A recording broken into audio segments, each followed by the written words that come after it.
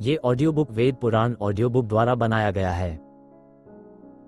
ययाति पुत्रों के वंश का वर्णन। ब्राह्मणों ने कहा, सूत जी, हम लोग पुरु, द्रहु, अन्न, यदु तथा तुर्वस के वंशों का पृथक पृथक वर्णन सुनना चाहते हैं। लोमहर्षण जी ने कहा, मुनिवरों, आप लोग महात्मा पुरु के वंश का विस्तार पूर्वक वर्णन सुने। मैं क्रमशः सुनाता हूँ। पुरु के पुत्र सुवीर हुए। उनके पुत्र का नाम मनुष्य था। मनुष्य के पुत्र राजा अभयत थे। अभयत के सुधनवा, सुधनवा के सुबाहु, सुबाहु के रौद्राक्ष, रौद्राक्ष के दर्शनायु, क्रिकड़ेयु, कक्षेयु, स्थंडलेयु, सनंतेयु, ऋचेयु, जलेयु, स्थलेयु, धनेयु, यौवनेयु, ये 10 पुत्र हुए। इसी प्रकार भद्रा, शुद्रा, मद्रा, शलदा, मलदा, खलदा, नलदा, सुरसा, गोचपला तथा स्त्री रत्नकूटा, ये 10 कन्याएं हुई। अत्रि कुल में उत्पन्न महर्षि प्रभाकर उन सबके पति हुए। उन्होंने भद्रा के गर्भ से परम यशस्वी सोम को पुत्र के रूप में उत्पन्न किया। राहु से आहत होकर जब सूर्य आकाश से पृथ्वी पर गिरने लगे और समस्त संसार में अंधकार छा गया, उस समय प्रभाकर ने ही अपनी प्रभा फैलाई। महर्षि ने गिरते हुए सूर्य को तुम्हारा कल्याण हो यह कहकर आशीर्वाद दिया।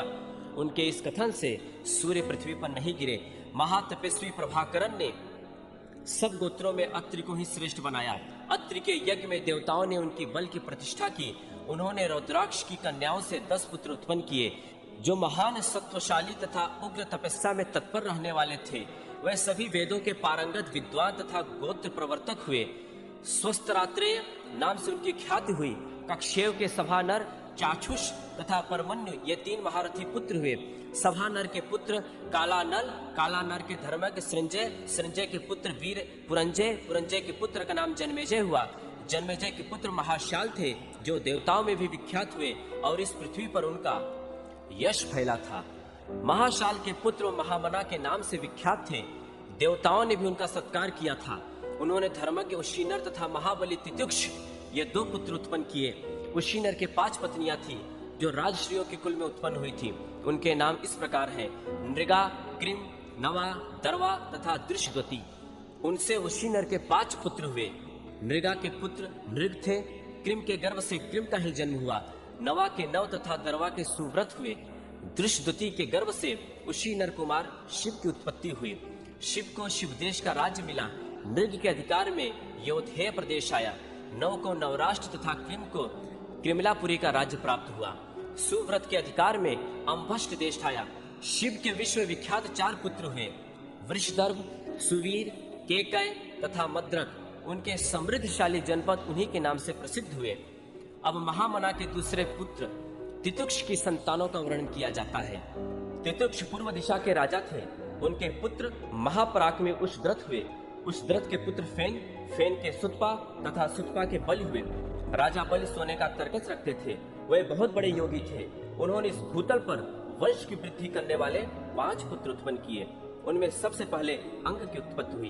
तत्पश्चात क्रमशः वंग, सुहम, पुंड्र तथा कलिंग उत्पन्न हुए। यह सभी लोग बाले क्षत्रिय कहलाते हैं। बलि के कुल में बाले ब्राह्मण भी हुए, जो वंश की वृद्धि करने वाले थे।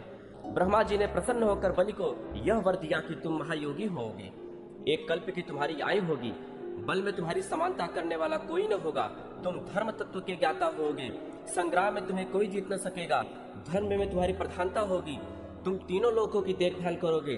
सर्वत्र श्रेष्ठ माने जाओगे और चारों वर्णों का मर्यादा के भीतर स्थापित करोगे। भगवान ब्रह्मा जी यूं कहने पर बलि को बड़ी शांति मिली। वह दीर्घ काल के बाद मरकर स्वर्ग को गए। उनके 5 पुत्रों के अधिकार में जो जनपद थे, उनके नाम इस प्रकार हैं, अंग, वंग, सुहम, कलिंग और पुंड्रक। अब अंग की संतान का वर्णन करता हूँ। अंग के पुत्र महाराजा दधिवाहन हुए। दधिवाहन के पुत्र राजा दिव्रत, दिव्रत के इंद्र तुल्य पराक्रमी और विद्वान धर्मरथ, धर्मरथ के पुत्र चित्ररथ हुए। राजा धर्मरथ जब कालंजर पर्वत पर यज्ञ करते थे, उस समय महात्मा इंद्र ने उनके साथ बैठकर सोमपान किया था।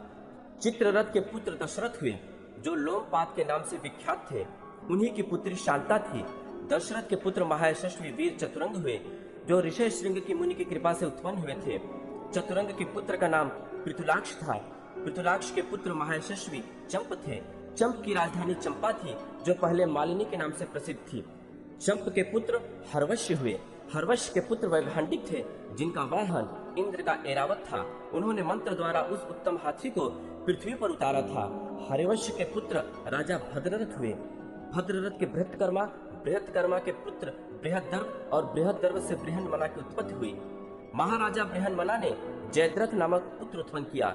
जयद्रथ के दृढ़रथ के विश्व विजयी जन्मेजय, उनके पुत्र वैकर्ण के विकर्ण तथा विकर्ण के 100 पुत्र हुए, जो अंग वंश का विस्तार करने वाले थे।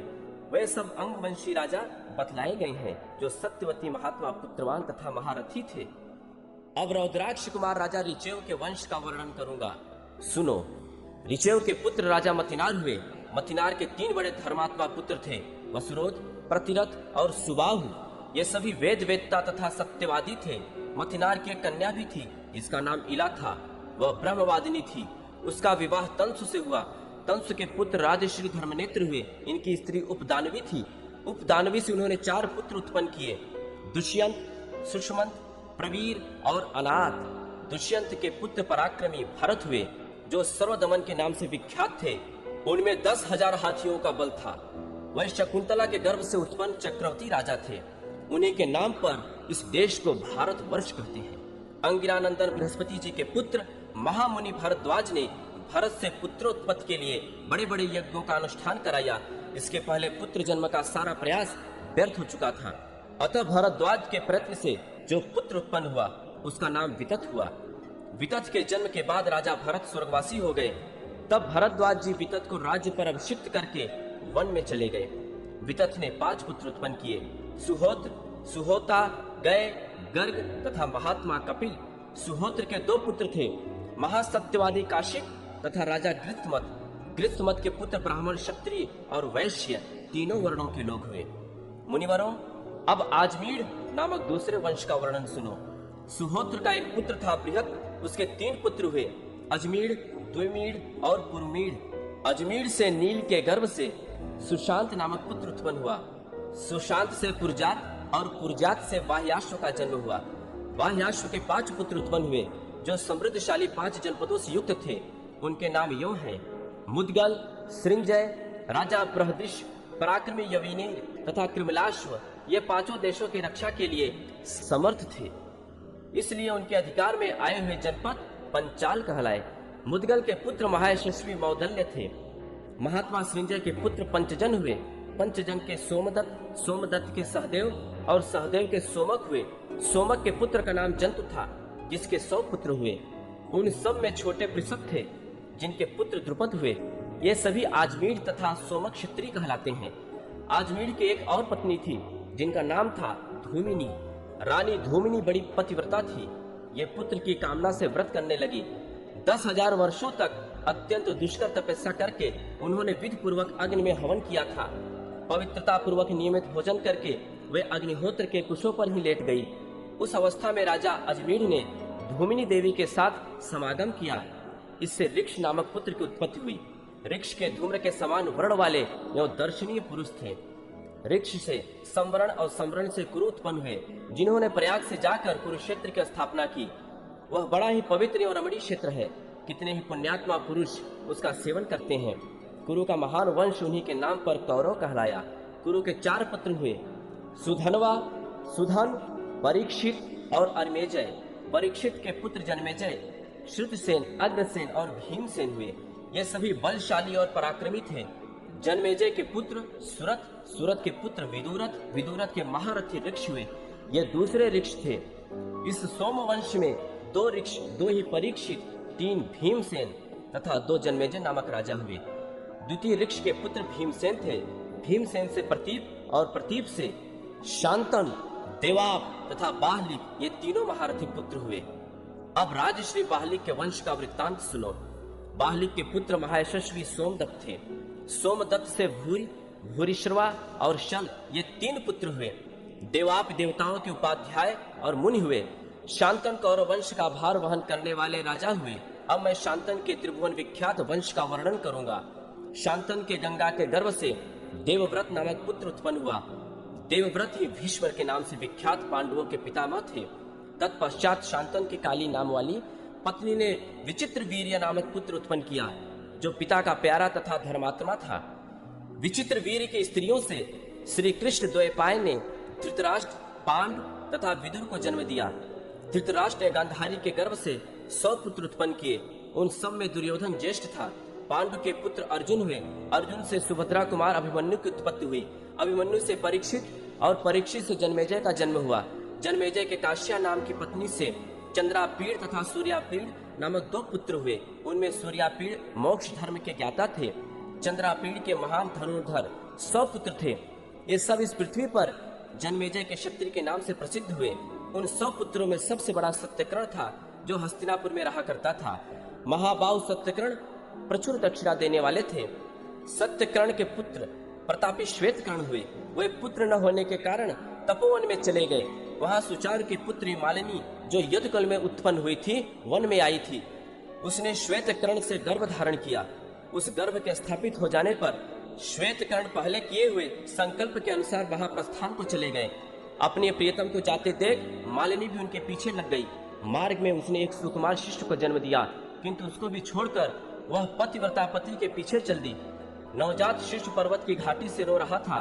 तब उस पर कृपा करने के लिए आकाश में मेघ प्रकट हो गए। श्रविष्ठा के 2 पुत्र थे, पैपलाद और कौशिक। वे दोनों उस शिष्य को देख दया से द्रवीभूत हो गए। उन्होंने उसे उठाकर जल से धोया और रक्त में डूबे हुए उसके पार्श्व भाग को शिला पर रगड़कर साफ किया। रगड़ने पर उसकी दोनों पसलियां बकरी की भांति श्याम वर्ण की हो गई। इसलिए उन दोनों ने उस बालक का नाम अधपार्श्व रख दिया। उसे रेमत की शाला में 2 ब्राह्मणों ने पाल पोस कर बड़ा किया। रेमक की पत्नी ने अपना पुत्र बनाने के लिए उसे गोद ले लिया। तब से वह रेमकी का पुत्र माना जाने लगा। दोनों ब्राह्मण उसके सचिव हुए। उन सब के पुत्र और पौत्र एक ही समय में समान आयु वाले हुए। यह महात्मा पांडवों का पौरव वंश बतलाया गया है। नहुषनंदन ययाति ने अपने वृद्धावस्था का परिवर्तन करते समय अत्यंत प्रसन्न हो यह उद्गार प्रकट किया था, संभव है यह पृथ्वी, चंद्रमा, सूर्य और ग्रहों के प्रकाश से रहित हो जाए, किंतु पौरव वंश से सुनी यह कभी नहीं होगी। इस प्रकार मैंने राजा पुरु के विख्यात वंश का वर्णन किया। अब तुर्वस, द्रुहयु, अनु और यदु के वंश का वर्णन करूंगा। तुर्वस के पुत्र वहिन, वहिन के गोभान, गोभान के राजा त्रेशानु, त्रेशानु के करंधम तथा करंधम के मरुत हुए। अविक्षित नंदन राजा मरुत इस मरुत से भिन्न है। करंधम कुमार मरुत के कोई पुत्र नहीं था। उन्होंने बहुत दक्षिणा देकर यज्ञ किया। उसमें उन्होंने दक्षिणा के रूप में महात्मा संवर्त को अपनी संयता के नाम कन्या दे दी। तत्पश्चात उन्होंने पुरुवंशी दुष्यंत को गोद ले लिया। इस प्रकार ययाति के शापवश जब तुर्वस का वंश नहीं चला, तब उसमें पौरव वंश का प्रवेश हुआ। दुष्यंत के पुत्र राजा करुरोम हुए। करुरोम से अहरित की उत्पत्ति हुई। अहरित के 4 पुत्र हुए, पांडय, केरल, कौल तथा चोल। द्रुह के पुत्र बभ्रसेत हुए। बभ्रसेतु के अंगारसेतु, अंगारसेतु के मरुत्पत्ति हुए, जो युद्ध में योना सुकुमार मानधाता के हाथ से मारे गए। अंगारसेतु के पुत्र राजा गांधार हुए, जिनके नाम पर गांधार प्रदेश विख्यात है। गांधार देश के घोड़े सब घोड़ों से अच्छे होते हैं। उनके पुत्र धर्म, धर्म के दूत, दूत के वंदु, वंदु के प्रचेता, प्रचेता के सुचेता हुए। ये अन के वंशज बतलाए गए हैं। यदु के 5 पुत्र हुए, जो देव कुमारों के समान सुंदर थे। उनके नाम हैं सहस्त्रात, पयोद, क्रोष्ट, नील और अंचिक। सहस्त्रात के 3 परम धर्मात्मा पुत्र हुए, हय तथा वेणु है। हय का पुत्र धर्मनेत्र हुआ।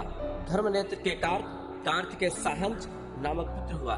साहंज ने साहंजनी नामक नगरी बसाई। साहंज का दूसरा नाम महिष्मान भी था। उनके पुत्र प्रतापी भद्रश्रेण थे। भद्रश्रेण के दुर्दम और दुर्दम के कनक हुए। कनक के 4 पुत्र हुए, जो संपूर्ण विश्व में विख्यात थे। उनके नाम इस प्रकार हैं: कृतवीर्य, कृतौजा, कृतधनवा तथा कृताग्नि। कृतवीर से अर्जुन की उत्पत्ति हुई, जो सहस्त्र भुजाओं से युक्त हो 7 द्वीपों का राजा हुआ। उसने अकेले ही सूर्य के समान तेजस्वी रथ द्वारा संपूर्ण पृथ्वी को जीत लिया था। उसने 10,000 वर्षों तक अत्यंत कठोर तपस्या करके दत्तात्रेय जी की आराधना की। दत्तात्रेय जी ने उसे कई वरदान दिए। पहले तो उसने युद्ध काल में 1000 भुजाएं मांगी। युद्ध करते समय किसी योगीश्वर की भांति उसकी 1,000 भुजाएं प्रकट हो जाती थी। उसने द्वीप, समुद्र, नगरों सहित संपूर्ण पृथ्वी को कठोरता पूर्वक जीता था तथा 7 द्वीपों में 700 यज्ञ किए। उन सभी यज्ञों में 1-1 लाख की दक्षिणा दी गई थी। सब में सोने के यूप गड़े थे। सोने की ही वेदियां बनी थी। वहां दिव्य वस्त्राभूषणों से अलंकृत देवताओं और गंधर्वों के साथ महर्षिगण भी विमान पर बैठकर सुशोभित होते थे। कार्तवीर्य के यज्ञ में नारद नामक गंधर्व ने इस गाथा का ज्ञान किया। अन्य राजलोग यज्ञ, दान, तपस्या, पराक्रम और शास्त्र ज्ञान में कार्तवीर्य अर्जुन की स्थिति को नहीं पहुंच सकते। वह योगी था, इसलिए सातों द्वीपों में ढाल, तलवार, धनुष बाण और रथ लिए सदा चारों ओर विचरता दिखाई देता था। धर्म पूर्वक प्रजा की रक्षा करने वाले महाराज कार्तवीर्य के प्रभाव से किसी का धन नष्ट नहीं होता था, किसी को रोग नहीं सताता था तथा कोई भ्रम में नहीं पड़ता था। वे सभी प्रकार के रत्नों से संपन्न चक्रवर्ती सम्राट थे। वे ही पशुओं तथा खेतों के भी रक्षक थे और वे ही योगी होने के कारण वर्षा करते मेघ बन जाते थे। जैसे शरद ऋतु में भगवान भास्कर अपनी सहस्त्र किरणों से शोभायमान होते हैं, उसी प्रकार राजा कार्तवीर्य अर्जुन अपनी सहस्त्र भुजाओं से शोभा पाते थे। उन्होंने करकोटक नाग के पुत्रों को जीतकर उन्हें अपनी नगरी माहिष्मतीपुरी में मनुष्यों के साथ बसाया था। वे वर्षा काल में समुद्र में जल क्रीड़ा करते समय अपनी भुजाओं से रोककर उसकी जलराशि के वेग को पीछे की ओर लौटा देते थे। उनकी राजधानी को घेरकर बहने वाली नर्मदा नदी में जब वे जल क्रीड़ा करते समय लौटते थे, उस समय वह नदी अपनी सहस्त्रों चंचल लहरों के साथ डरती डरती उनके पास आती थी। महासागर में जब वो अपनी सहस्त्रों भुजाएं पटकते थे, उस समय पाताल निवासी महादैत्य निश्चेष्ट होकर भय से छिप जाते थे। ऊंची उठती हुई उत्ताल तरंगे विचूर्णित हो जाती थी। बड़े बड़े मीन और तिम आदि जल जंतु छटपटाने लगते थे। सागर के जल में फेन जम जाता था। समुद्र बड़ी बड़ी भंवरों के कारण शुद्ध दिखाई देता था। देवताओं और असुरों के डाले हुए मंत्राचल पर्वत से क्षीर समुद्र की जो दशा हुई थी, वही दशा वे अपने सहस्त्र बाहुओं से महासागर की कर देते थे। उस समय मंदराचल के द्वारा समुद्र मंथन की बात सोचकर चकित और अमृतपद से आशंकित हुए बड़े बड़े नाग सहसा ऊपर उछल कर देखते और भयंकर कार्तवीर्य नरेश पर दृष्टि पड़ते ही मस्तक झुकाकर निश्चेष्ट पड़ जाते थे। जैसे संध्या के समय वायु के झोंके से कदली खंड कांपते हैं, उसी प्रकार वे कांपने लगते थे। राजा कार्तवीर्य ने अभिमान से भरे हुए लंकापति रावण को अपने 5 ही बाणों से सेना सहित मूर्छित करके धनुष की प्रत्यंचा से बांध लिया और माहिष्मतीपुरी में लाकर बंदी बना दिया। यह समाचार सुनकर महर्षि पुलस्त्य उनके पास गए। महर्षि की याचना करने पर उन्होंने रावण को मुक्त कर दिया।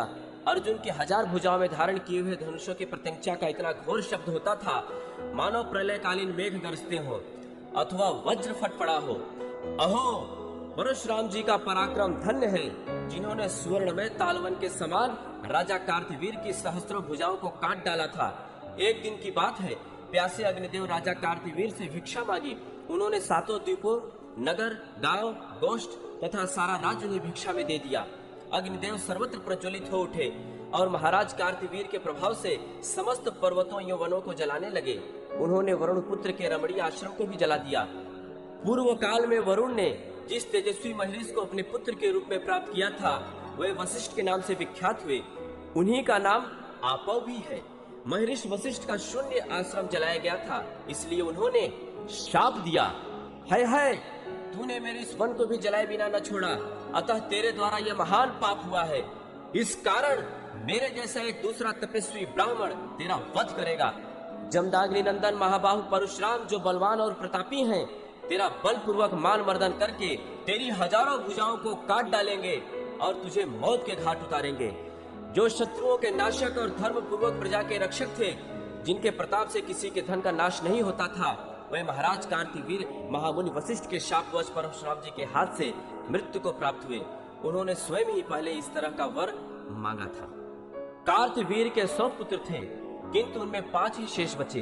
वे सभी अस्त्र शस्त्रों के ज्ञाता, बलवान, शूर, धर्मात्मा और यशस्वी थे। उनके नाम ये हैं: शूरसेन, शूर, वृषण, मधुपध्वज और जयध्वज। जयध्वज अवंती के महाराज थे। जयध्वज के पुत्र महाबली तालजंग हुए। उनके 100 पुत्र थे जो तालजंग के नाम से विख्यात थे। है वंश में वीतिहोत्र, सुजात, भोज, अवंत, तौंडिकेन, तालजंग तथा भरत आदि क्षत्रियों का समुदाय हुआ। इनकी संख्या बहुत होने से पृथक पृथक नाम से बतलाए गए हैं। वृष आदि बहुत से पुण्यात्मा यादव इस पृथ्वी पर उत्पन्न हुए। उनमें वृष वंश के प्रवर्तक थे। वृष के पुत्र मधु थे। मधु के 100 पुत्र हुए, जिनमें वृषण वंश चलाने वाले वृषण के वृष और मधु के वंशज माधव कहलाए। इसी प्रकार यदु के नाम पर यादव तथा हय के नाम से हय क्षत्रिय कहलाते हैं। जो प्रतिदिन कार्तवीर अर्जुन के जन्म का वृत्तांत यहाँ कहेगा, उसके धन का नाश नहीं होगा, उसका नष्ट हुआ धन भी मिल जाएगा। इस प्रकार ययाति पुत्रों के 5 वंश यहाँ बतलाए गए, जो समस्त लोगों को धारण करते हैं। यदु के वंशधर पुण्यात्मा क्रोष्ट के, जिनके कुल में वृष्ण वंशावतंस श्री हरि श्री कृष्ण के रूप में प्रकट हुए थे। वंश का वर्णन सुनकर मनुष्य सब पापों से मुक्त हो जाता है।